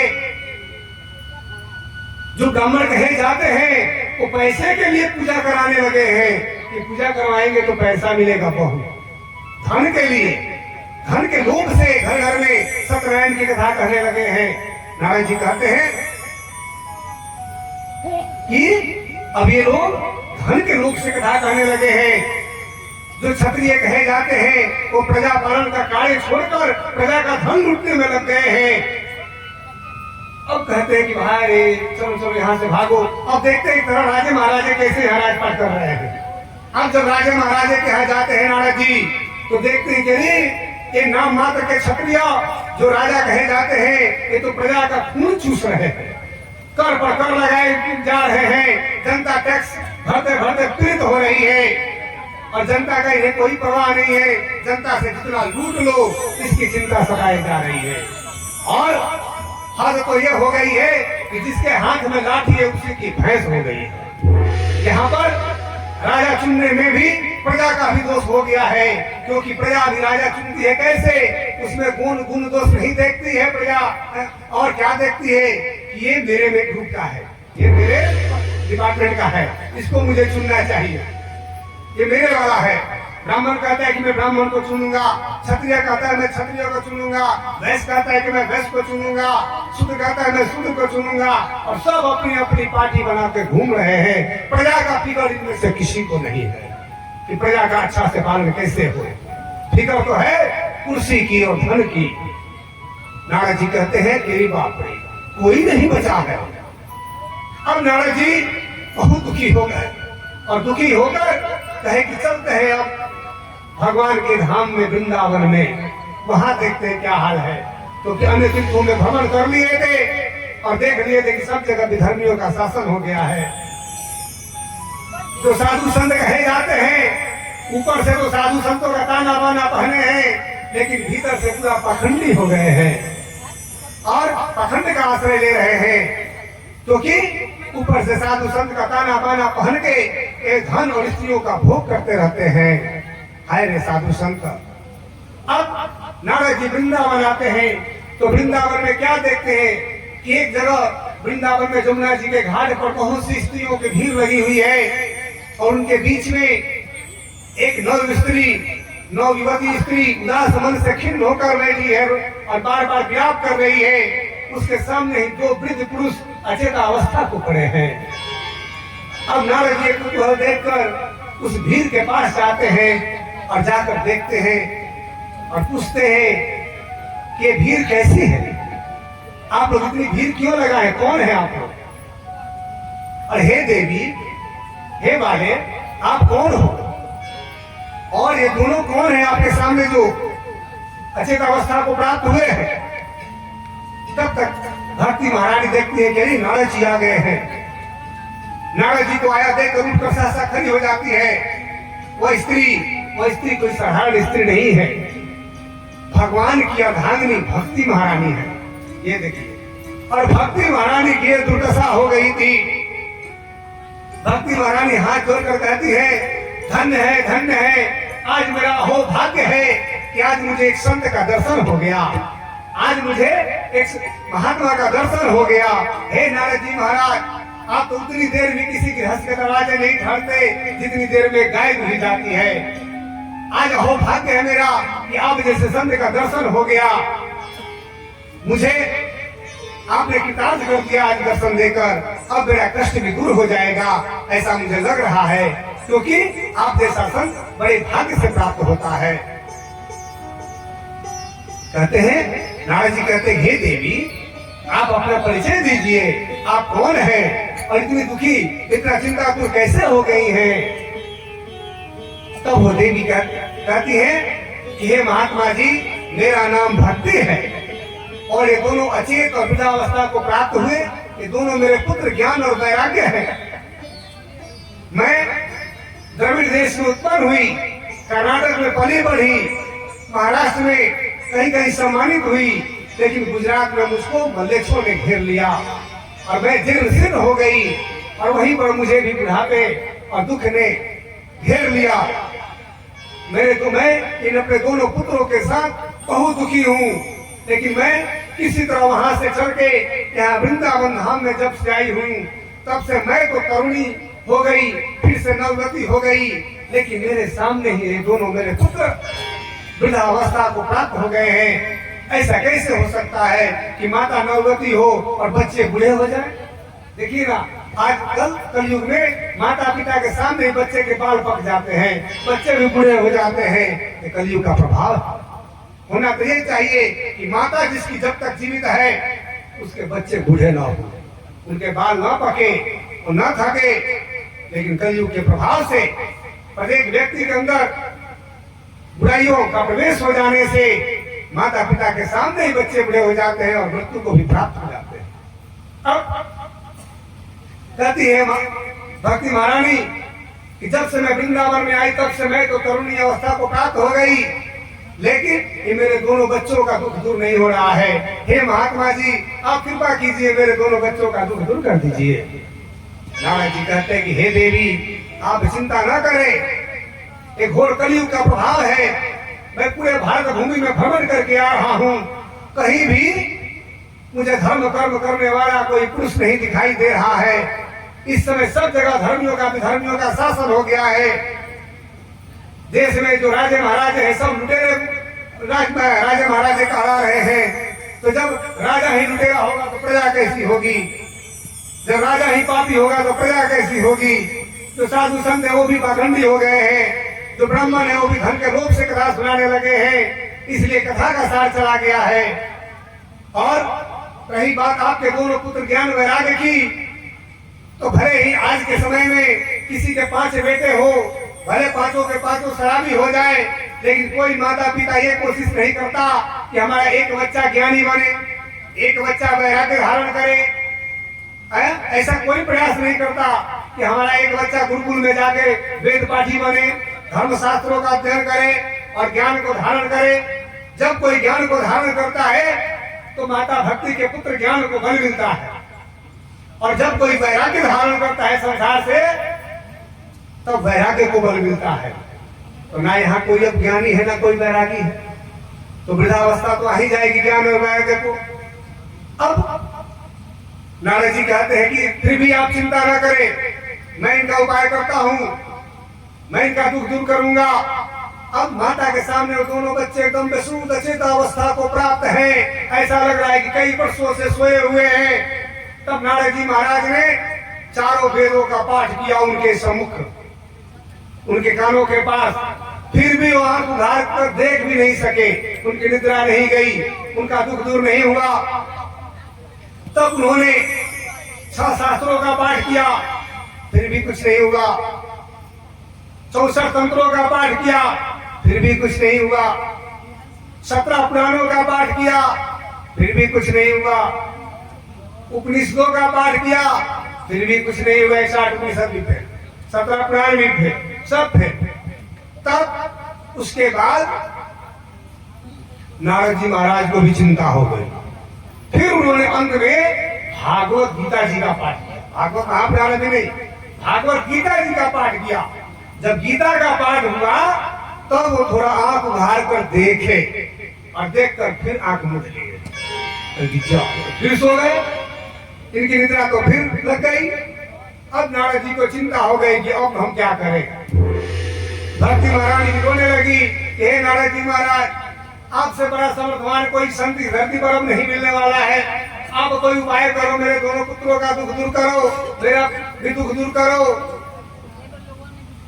नारद जी महाराज ने देखा, क्योंकि गंगा भक्ति महारानी और उनके दोनों पुत्रों की सेवा करने के लिए देवलोक से समस्त देवी देवता आ गए थे। देवी देवता आ गए थे, गंगा आदि देवियां भी थी वहां पर, और सब पंखा इत्यादि झड़ रहे थे, फिर भी भक्ति ज्ञान वैराग का दुख दूर नहीं हो रहा था। क्यों? क्योंकि लिखा है कि कलयुग में देवताओं के मंत्र शक्तिहीन हो जाएंगे, ऐसा लिखा है। इसीलिए मृत्युंजय का जाप होते हुए भी व्यक्ति मर जा रहा है, क्योंकि मंत्रों का शुद्ध उच्चारण करने वाला ही कोई नहीं रह गया, तो मंत्र शक्तिहीन हो जाएंगे। और 5 दिन पूजा करवाने आते हैं, और 5वें दिन ये बात जरूर ध्यान रखता है अपनी कि यजमान दक्षिणा कितना देगा, उसी के अनुसार कथा सुनाया जाएगा, चाहे मंत्र जाप किया जाएगा। इसीलिए अब उसका ध्यान मंत्र में नहीं लग रहा है। अरे हद तो हो गई है क्या कि कहीं गुरुकुल में पढ़ने भी नहीं जा रहे हैं, अब फिर भी ब्राह्मण कहलाते हैं, फिर भी वेद पाठी हो गए, पूजा करवाने चले आते हैं, किसी गुरु से ज्ञान भी नहीं लिए, और कहा मंत्र कौन सा बोलना है नहीं पता, कहीं भी बोल देते हैं। इसलिए मंत्रों का सार चला गया, मंत्र शक्तिहीन हो गए। तो कोई भी अगर कहता है कि मैं ब्राह्मण हूं, तो सबसे पहले वेद पाठी बनो, गुरुकुल जाओ, कहीं भी गुरुकुल में जाओ, कोई संस्था में जाओ, और वहां वेद शास्त्रों का अध्ययन करके आओ, वेद पाठी बनो। उसके बाद अच्छा से अध्ययन करके फिर कुछ तत्वज्ञानी गुरुओं के साथ रहो, जो पहले से सब कर रहे करा रहे हैं। उसके बाद अपने से करो काम, जब सब कुछ समझ जाओ, जान जाओ, तब। लेकिन यहाँ क्या है परंपरा कि हम पंडित जी हैं, हमारे बाबूजी कराते थे ना, हम भी कराते हैं। अरे विद्या किसी की भगवती नहीं होती, विद्या पर सबका समान अधिकार है, शिक्षा पर सबका समान अधिकार है। विद्या जो है भक्ति, शक्ति, मुक्ति और वेदाध्ययन, ये अपने तपोबल से, अपने भक्ति से प्राप्त होता है। ये नहीं कि हम कुल में जन्म ले लिए तो हो जाएगा, नहीं। मैं किसी का शिकायत नहीं कर रहा हूं, मैं सही बात कर रहा हूं, ध्यान रखिएगा, कोई बुरा नहीं मानिएगा। नहीं तो कोई पंडित गंगा नहीं तो हमारी शिकायत कर, नहीं, मैं किसी का निंदा कर नहीं कर सकता, क्योंकि मेरा काम है सबको भगवान से जोड़ना, किसी का निंदा करना नहीं, सबकी आंखें खोलना कि आप जहां भी जिस कुल में जन्म लिए उसके अनुसार कर्म कीजिए। अगर आप सचमुच ब्राह्मण कुल में जन्म लिए तो वेद पाठी बनिए, भिक्षाजीवी मत बनिए, वेद पाठी बनिए। जब विद्या आपके अंदर आ जाएगी, सरस्वती आ जाएगी, तो लक्ष्मी तो स्वयं चल जाएगी। पैसा मांगने से नहीं मिलता है, पैसा मेहनत करके कमाने से भी नहीं होता है। जब आपके पास सरस्वती जी हैं, तो लक्ष्मी तो एकदम दौड़े दौड़े आती है, चरण चूमती है। किसका? विद्वान का। राजा स्वदेशे पूज्य, लेकिन विद्वान सर्वत्र पूज्य। राजा की पूजा उसके देश में हो सकती है, लेकिन विद्वान की पूजा तो पूरे देश विदेश में सर्वत्र हो सकती है। इसलिए विद्वान बनिए, ज्ञानी बनिए। अब नारद जी कहते हैं आप चिंता ना करें, मैं इसका उपाय कुछ करता हूं। अब नारद जी सोचते हैं कि भाई अब मैं क्या करूं, कहां जाऊं, किसके पास जाऊं। अब नारद जी तीनों को वहीं छोड़ के तीर्थों में जाते हैं, सब जगह फिर से, और जाकर नाना प्रकार के जो बड़े अच्छे अच्छे संत उस समय के थे, सबसे पूछते हैं, ईश्वर से पूछते हैं कि भक्ति ज्ञान वैराग्य का दुख दूर करने के लिए आप लोग उपाय बताइए।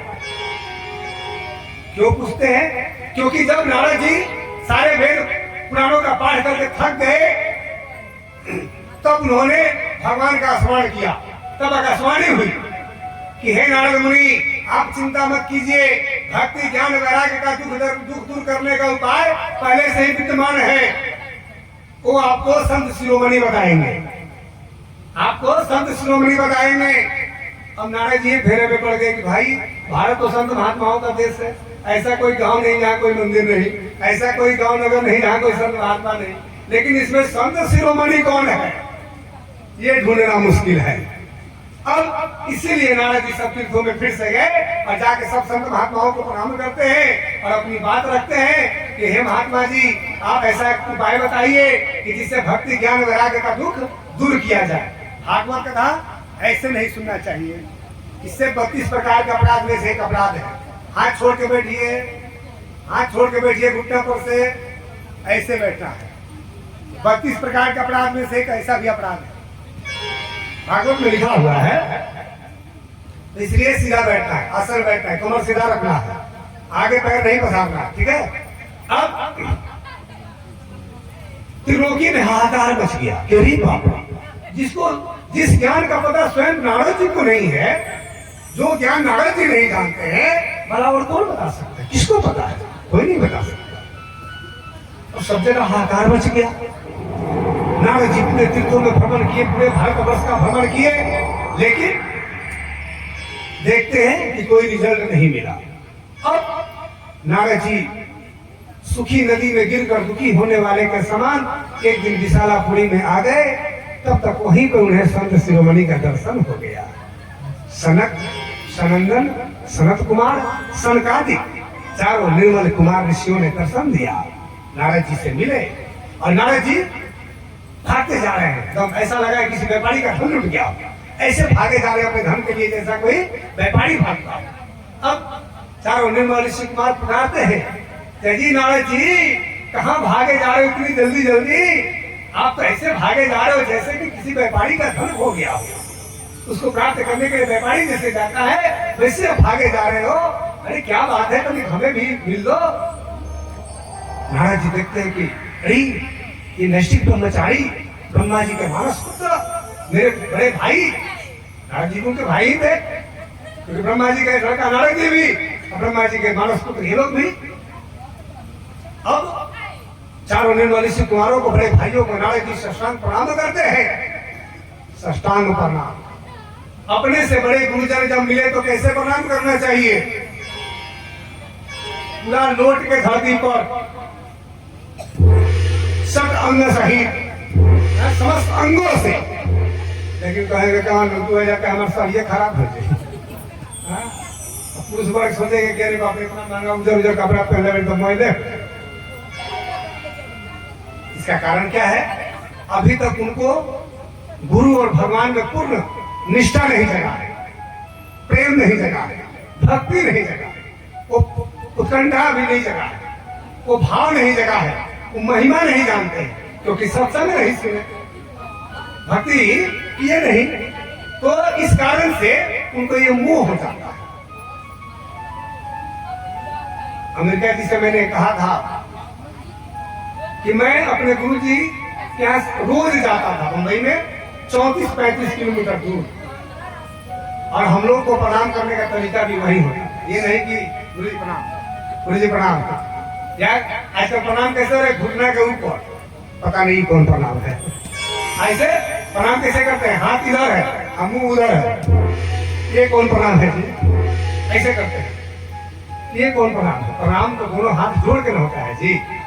दोनों हाथ जोड़ के अगर पैर छूने में समर्थ है तो सिर झुकाकर प्रणाम बोलिए ना, प्रणाम, प्रणाम गुरु जी। कोई भी क्या प्रणाम पिताजी, प्रणाम माता जी। असमर्थवान है तो पैर छू के कीजिए, उससे ज्यादा समर्थवान है तो सब अंग सहित लौट के कीजिए। मैंने भाव उत्पन्न होना चाहिए प्रणाम में भी।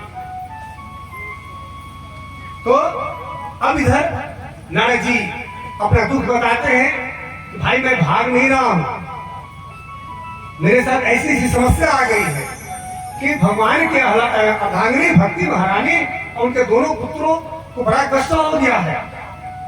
सारी वृतांत सुना देते हैं नारद जी और कहते हैं कि आकाशवाणी ने कहा है कि वो संत शिरोमणि बताएंगे। मैं पूरा भारत घूम गया, अभी तक हमको संत शिरोमणि नहीं मिले, और संत शिरोमणि से बात हो रही है लेकिन उनको नहीं पता है वो संत शिरोमणि यही है। अब नारद जी कहते हैं कि आप लोग मिले हो, आप ही बताइए तुम तीनों का दुखड़ा कैसे दूर होगा। तब वो चारों निर्मल ऋषि कुमार कहते हैं कि हे नारद जी, सनत कुमार जी कहते हैं, संकादिक मुनियों ने कहा कि हे नारद जी, उनका उपाय पहले ही से विद्यमान है और वह है श्रीमद् भागवत की कथा। श्रीमद् भागवत की कथा जो वेद व्यास जी महाराज ने 18,000 श्लोकों में वर्णित किया है, वह है भागवत की कथा। आप भागवत की कथा करवाइए। तब नारद जी कथा कहते हैं, अहो भाग्य, मैं नहीं जानता था कि मेरे बड़े भाई ही वो संत शिरोमणि है जो मुझे इसका उपाय बताएंगे। तब कहते हैं, हे मुनीश्वरों, आप लोग यह बताइए कि यह कथा कहाँ करनी है, कहाँ हो सकती है। तब ये चारों निर्मल ऋषि कुमार कहते हैं कि सबसे उत्तम स्थान होता है कोई तीर्थ, सबसे उत्तम स्थान होता है कोई तीर्थ, उसके बाद कोई सुंदर सा सरोवर, उसके बाद कोई अच्छा सा गांव का नगर का मंदिर, या वो भी व्यवस्था न हो तो अपना घर, अपना दरवाजा, वो भी व्यवस्था नहीं हो तो अपने घर के किसी कोठरी में ही आचार्य को बुला के कथा श्रवण कर लीजिए। इस तरह से नारद जी ने बताया। आरती तैयार कीजिए। नारद जी ने बताया और माफ कीजिएगा, सरकारी मुनियों ने बताया और नारद जी ने कथा की तैयारी कहाँ की? हरिद्वार में आनंद नाम के घाट के पास। और हरिद्वार में वह कथा हुई और जैसे ही कथा का समापन हुआ और वहां सभी भक्तों ने इतने नाम का कीर्तन किया, भगवान के नाम का ऐसा कीर्तन किया भगवान की कथा में कि स्वयं भगवान को अपना गोलोक धाम छोड़कर आना पड़ गया यहाँ पर। और भगवान श्री कृष्ण स्वयं अपने सखा सखियों के साथ उस कथा में प्रकट हो गए। तो भागवत में भगवान कहे कि जहाँ मेरी कथा होती है वहाँ हमारे भक्त पार्षद पहले से विद्यमान रहते हैं। ये बात सत्य हुई। जैसे ही वहाँ भगवान प्रकट हुए, वहाँ पर भगवान के सखा अर्जुन, भगवान के भक्त ध्रुव, प्रहलाद और भी जितने भी भक्त संत थे, उद्धव आदि सब प्रकट हो गए और वहाँ भगवान नाम की कीर्तन होने लगी। बोले श्री वृंदावन बिहारी लाल की जय।